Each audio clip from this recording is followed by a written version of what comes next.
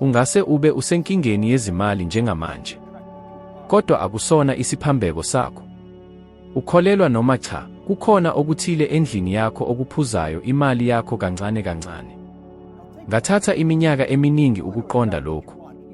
Kodwa ngesikhathi ngikuxosha ekhaya lami, impilo yami yezezimali yashintsha unomphela. Kuyini lokhu? Ngizokutshela, kodwa ngaphambi kwalokho, ngifuna ukuthi ucabange ngalokhu. Kungani abanye abantu bebonakala bekhanga imali kalula, kanti abanye besebenza kanzima impilo yabo yonke bengakwazi ukuphuma esimweni sabo sobumpofu? Uma ubuka le video kuze kube sekugcineni, ngiyathembisa ukuthi uzothola kahle ukuthi yini ekugcina usenkingeni yezimali futhi ukuthi ungayishintsha kanjani namuhla. Wake wangena endlini wazizwa sengathi kukhona okungahambi kahle, kodwa awukwazi ukusho ukuthi kuyini. Lokho akulona ihlazo. Ikhaya lethu libonisa isimo sengqondo sethu, futhi konke okuhlala ngaphakathi kwalo kuthinta ngqo amandla ethu, inhlalakahle yethu, yebo, ngisho nempumelelo yethu kwezezimali. Ngathatha isikhathi eside ukuqonda lokhu. Kodwa lapho ngikuqonda, konke kwashintsha. Ngasebenza kanzima iminyaka eminingi ukuzama ukuphumelela. Ngafunda izincwadi, ngathamela izifundo, kodwa kwakuhlale kunento ethile ebibamba emuva. Imali yayingenayo, kodwa iphume ngendlela efanayo nengena ngayo. Kwakuzwakala sengathi ngiya phambili kepha ngisagxila endaweni eyodwa, ngiphakathi komjikelezo ongenamvuzo. Kodwa ngosuku oluthile, ngesikhathi ngikhuluma nomeluleki, wangibuza umbuzo olula, indawo yakho ihlelekile yini?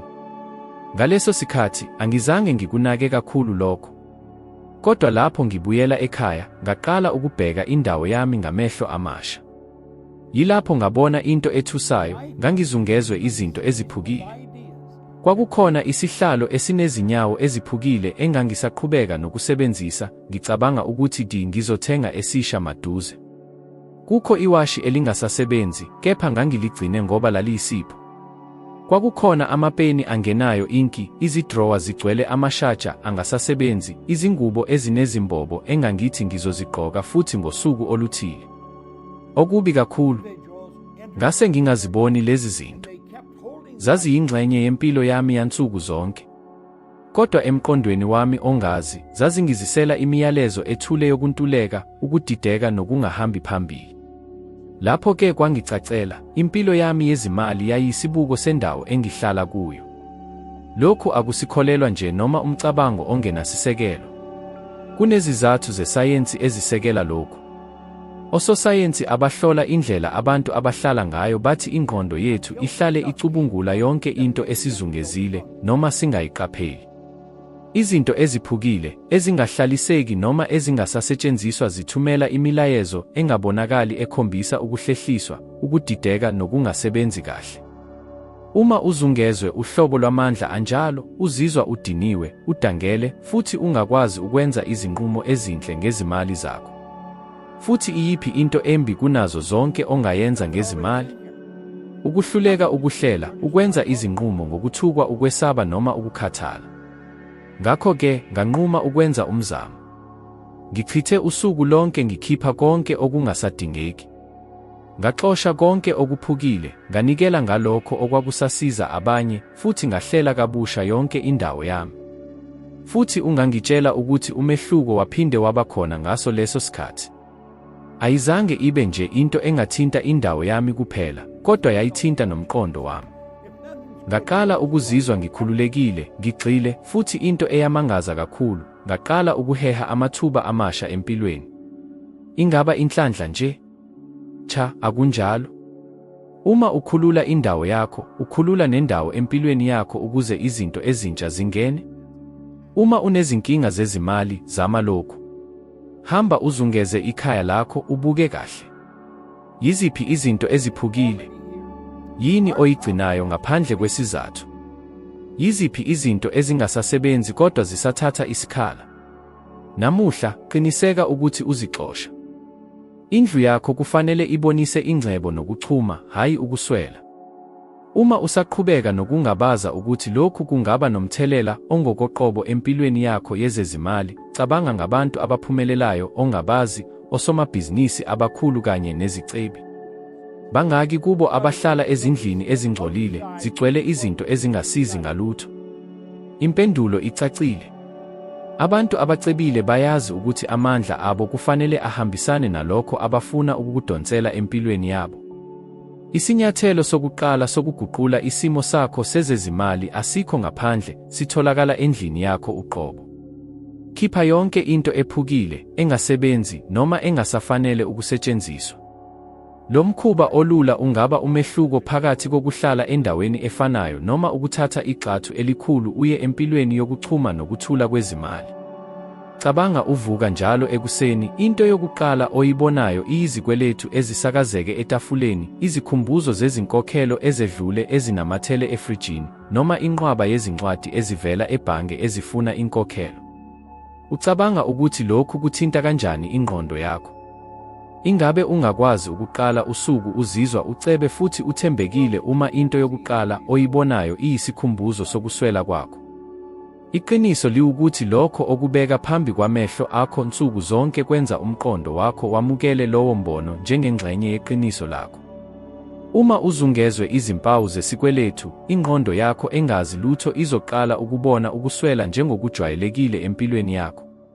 Lokhu kuthinta imizwa yakho, izinqumo zakho, futhi ekugcineni, imiphumela yakho yezezimali. Ucwaningo lukhombisa ukuthi lapho sibhekene nengcindezi yezezimali, amazinga ethu e-cortisol, ihomoni yengcindezi, anda kakhulu.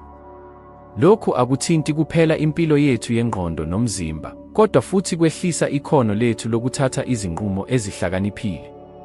Ucwaningo oluvela eNyuvesi yasePrinceton luthole ukuthi abantu abasengcupheni yezezimali bavame ukuthatha izinqumo ezimbi, ngoba ukukhathazeka kubathathela amandla engqondo adingekayo ekucabangeni kwamasu. Ngamanye amazwi, lapho uhlale ukhathazekile ngezikweletu, wenza izinqumo ezingcono esikhashana kodwa ezikuyisa ekujuleni kwesikweletu. Ngiyakwazi lokhu ngoba nami ngake ngazizwela. Ekuqaleni komsebenzi wami, ngangilwela ukuqoqa imali, kodwa ngangihlala ngizibuza ukuthi kungani iphela ngokushesha. Ngaze ngabona ukuthi indlu yami ibiphenduke uphawu lobunzima bami. Izikweletu zazisakazekile yonke indawo, amanothi ezindleko engaziwa, nezingcaphuno ezibonisa ukuthi nganginemali encane. Ngangingayiboni, kodwa ngangikhulisa umqondo wokuthi ngiyisigqila sezikweletu. Ngaleso sikhathi, nganquma ukushintsha. Ngaqoqa zonke izikweletu zami, ngazihlela ngendlela yokuthi zingabe zisaba yinto yokuqala engiyibonayo ekuseni. Ngazifaka kumafayela ahlukile, ngabeka kude nakwabukwa kwami nsuku zonke. Umphumela wabamsheshisa. Izinga lami lokukhathazeka lehla, ingqondo yami yaba sobala, futhi okokuqala ngaqala ukuzizwa ngiphethe imali yami. Ngokuhamba kwesikhathi, izinqumo zami zezezimali zathuthuka, futhi kancane kancane, ngakhululeka ezingcupheni zemali. Esifundweni esibalulekile engasifunda yilokhu: awusoze wakwazi ukuphuma ekusweleni uma izimpawu zalo zikumzungezile. Uma ufuna ukuheha ingcebo, qala ngokwakha indawo ekhombisa ukuchuma. Ingqondo yakho idinga ukubona uphawu lokukhula nengcebo, hayi izikweletu nokuswela. Zama lokhu manje. Qoqa zonke izikweletu zakho ezedlule, uzifake kufayela elithile, bese ulihambisa endaweni engazophazamisa ukubuka kwakho kwansuku zonke. Esikhundleni sokugcina izikhumbuzo zezikweletu efrijini lakho, zizame ukuzithathela amazwi akhuthazayo aqinisa ingqondo yakho entsha yezezimali, njengezisho ezithi imali ingena kimi kalula noma ngichuma ngokwezimali. Lokhu kungase kubonakale njengento encane, kodwa le miningwane inethonya elikhulu endleleni ozizwa ngayo nendlela oziphatha ngayo ngemali. Uma wake wabona abantu abahlale bebambe kahle ezimali zabo, kungaqiniseka into eyodwa: abaphili bezungezwe izikhumbuzo zokwehluleka kwezimali. Kunalokho, bakha indawo ekhuthaza ubuningi nobuchumayo. Nawe ungakwenza okufanayo, uqale namuhla. Wake wacabanga ngalokho okugcina endlini yakho? Angibhekiseli kuphela ezifeni nasemihlobisweni, kodwa nasemandleni namazwi angabonakali alezo zinto eziphethe. Abantu abaningi bagcina izinto ezibonakala zingenacala, kodwa empeleni zidonsa amandla abo futhi, okubi kakhulu, zithiba inhlanhla nokuchuma kungene.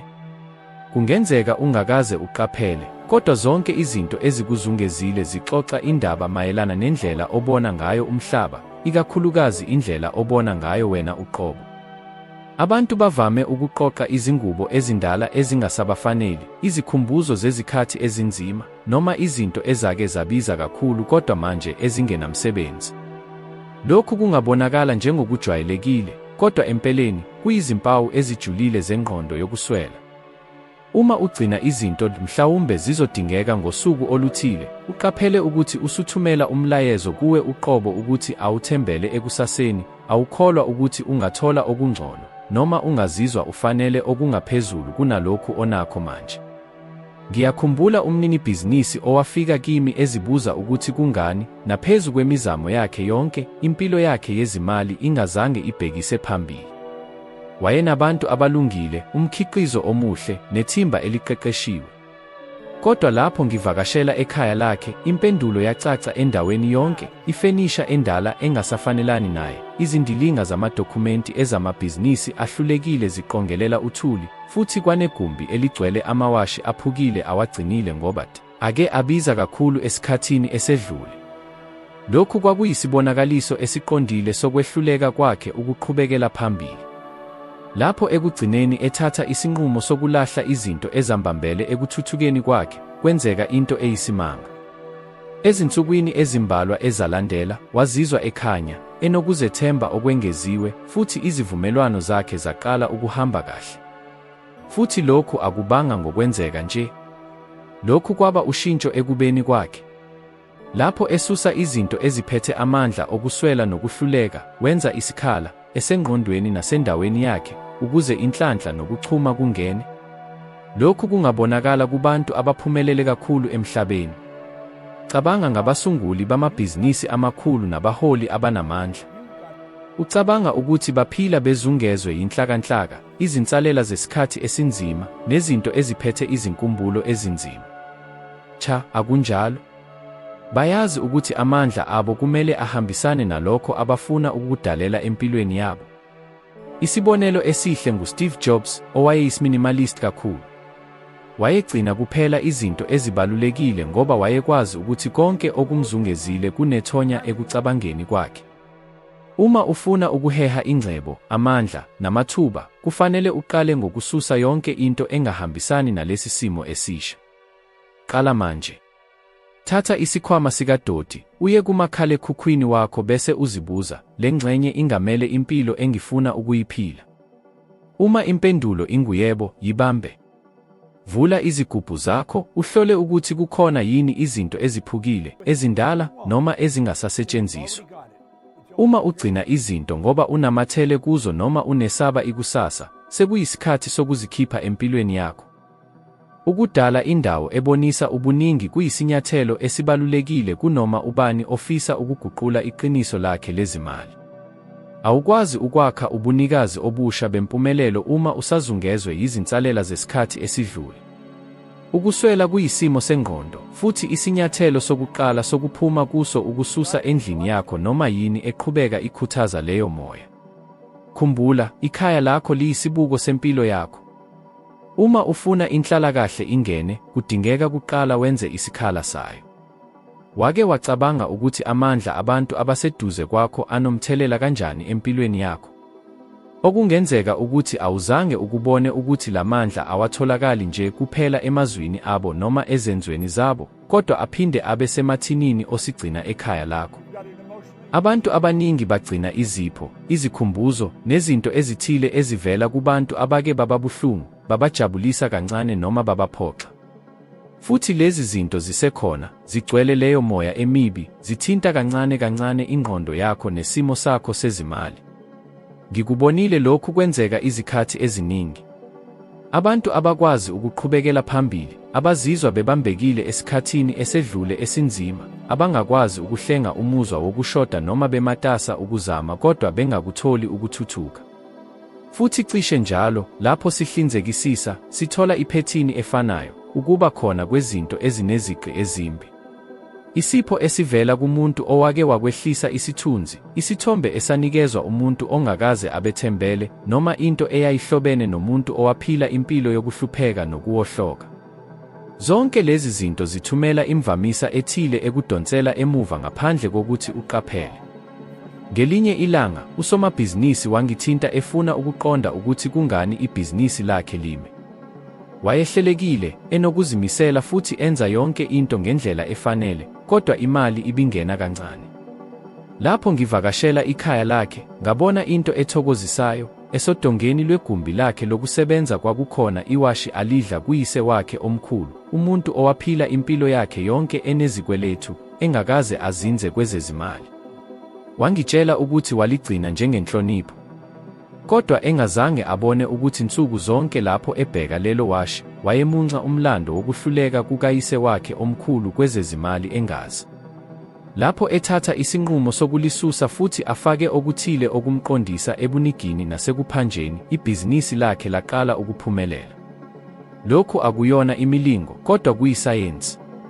Ingqondo isebenza ngezimpawu, futhi izimpawu ozizungezile zibumba indlela yokuphila yakho. Manje, bheka uzungezwe yini ekhaya lakho? Ingabe usagcina izinto ezithwala izinkumbulo ezimbi? Ingabe usagcina izinto ngenxa yokwesaba ukuzihlukanisa nazo nakuba wazi ukuthi zikwenza uzizwe kabi? Uma ufuna ukuguqula impilo yakho yezimali, kufanele ufunde ukusika izibopho nezinto ezimelela umuntu ongafuni ukuba yena futhi. Thatha isikhathi namuhla wenze lo msebenzi, hamba uzulazule endlini yakho, ubheke izinto ezikulethela imizwa engemihle. Zithinte uzwe imizwa evuswa yizo. Uma into ethile ikukhumbuza izikhathi ezinzima, ubuhlobo obuyingozi noma isikhathi osungathanda ukungaphinde usiphile, sekuyisikhathi sokuyilahla. Nikeza abanye, thengisa, noma uyilahle, kodwa kuyiphume endaweni yakho yamandla. Lokhu akusho ukuthi awumthandi noma awuhloniphi umlando wakho. Kunalokho, kusho ukuthi akudingeki ukuthi uqhubeke uphatha izinto ezimane ziqinisa lokho osuke usukudlulile. Inhlalakahle iza lapho uhambe ngezimvume zamandla akho okufisa ukuwakha. Konke kuqala ekhaya lakho, ngezinto ozikhethayo ukuba zizungeze. Indawo okuyo kufanele ibonise ubuningi, injabulo nokukhula. Uma into ethile ingasavumelani nalokhu, ayisadingeki empilweni yakho. Lapho uzikhulula kulezi zibopho ezingabonakali, ukugeleza kobuningi ekugcineni kungangena. Indawo ozizungezile ngayo yakha iqiniso lakho. Konke okukuzungezile kuthinta indlela ocabanga ngayo, indlela ozizwa ngayo nendlela ophila ngayo.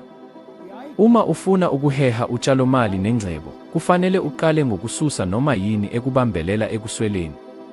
Izinguquko ezincane zingadala izinguquko ezinkulu, futhi into ngayinye, umcabango ngamunye nesiko ngalinye kubalulekile kulomgudu. Manje, nginomema ukuthi uthathe isinyathelo esilandelayo. Uma ufisa ukuqhubeka uthuthuka, uba ngcono ngamaphesenti amancane nsuku zonke, ividiyo elandelayo ebonakala esikrinini sakho iyisihluthulelo sakho esilandelayo. Lapho, uzofunda elinye imfihlo enamandla ezovula ingqondo yakho futhi ivule iminyango yobuningi ngokuphelele. Ngiyabonga ngokuba nami namuhla, ngilindele ukukubona futhi kwividiyo elandelayo. Sizobonana maduzane.